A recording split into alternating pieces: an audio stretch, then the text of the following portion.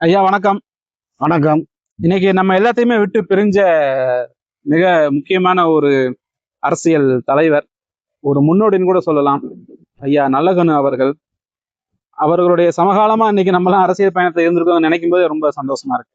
இருந்தாலும் உங்களுக்கு அவர் சம்பந்தப்பட்ட தகவல்கள், அவருடைய கொள்கை கோட்பாடுகள்ல உங்களை ஈர்த்தது அப்படிங்கிற கருத்துக்களை உங்க சார்பா நீங்க சொன்னீங்கன்னா நல்லா இருக்கும்.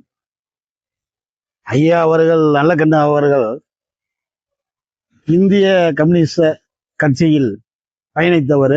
அதற்கு முன்னாடி பிரிட்டிஷ் ஆதிக்கத்தை, பிரிட்டிஷ் ஏகாதிபத்தியத்தை அதிகமாக எதிர்த்து அதாவது மறைவான வாழ்க்கை வாழ்ந்தவர்.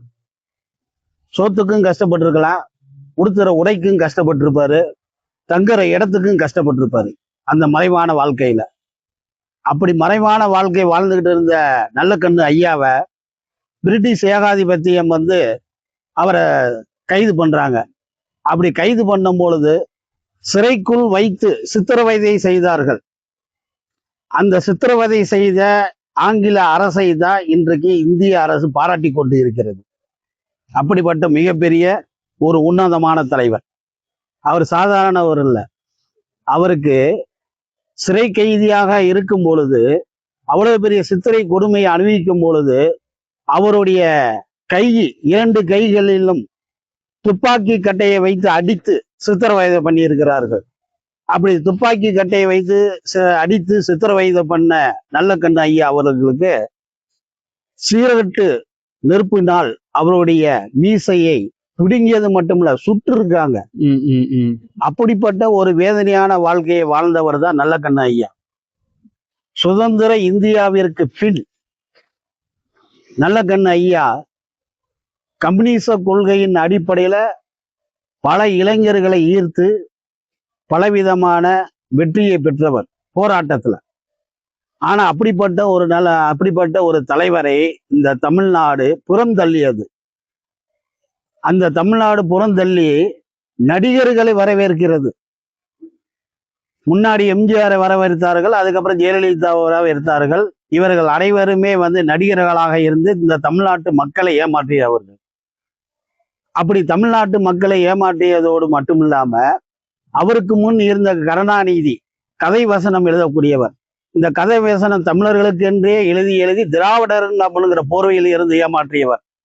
அப்படிப்பட்ட ஒரு தலைவர்களெல்லாம் போற்றி புகழ்ந்த இந்த மக்கள் இன்னைக்கு ஒவ்வொரு விதத்திலும் துயரப்பட்டு, இன்னல் பட்டு, பணத்துக்கு கஷ்டப்பட்டு, தொழிலுக்கு கஷ்டப்பட்டு, பிள்ளைகளை படிக்க வைப்பதற்கு உண்டான வழி தெரியாமல் இன்றைக்கு வாழ்ந்து கொண்டு வராங்க இந்த தமிழ்நாட்டு மக்கள். அதே தோரணையில இன்னைக்கு விஜய் என்கிற ஒரு சினிமா நடிகர் பின்னாடி போய் கொண்டு இருக்கிற ஒரு பட்டாளம். அவர்களுக்கு மது போதையும் இருக்கிறது. இன்றைக்கு புது ரகமாக வருகின்ற போதை வஸ்துகளையும் அனுபவிக்கிறாங்க. அவர்களுக்கு என்ன தெரியும் அரசியலை பற்றி? எந்த அரசியலையும் தெரியாது. நல்லகண்ணு ஐயா போன்ற அவருடைய வாழ்க்கையை சார்ந்த, அவருடைய கட்சியை சார்ந்த, அவர் சார்ந்த இயக்கத்தை சார்ந்த வரலாறை படித்தால் மட்டுமே இன்றைய இளைஞர்களுக்கு சரியான ஒரு வழிகாட்டுதல் கிடைக்கும். அதோடு எங்கள் நல்லகண்ணு ஐயாவை போன்று தமிழகத்திலும் ஒரு நல்லகண்ணு ஐயா இன்று உயிரோட வாழ்ந்துகிட்டு இருக்காரு. அந்த நல்லகண்ணு ஐயா தான் சீமான் அவர்கள். எங்களுடைய இயக்கத்திற்கு, எங்களுடைய கட்சிக்கு நல்ல ஒழுக்கத்தையும் நல்ல வழியையும் செய்து கொண்டு தமிழ் தேசியத்தை வளர்த்து கொண்டு வருகிறார் சீமான் அவர்கள்.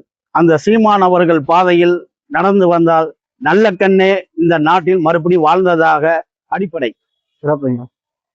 நன்றிங்கய்யா.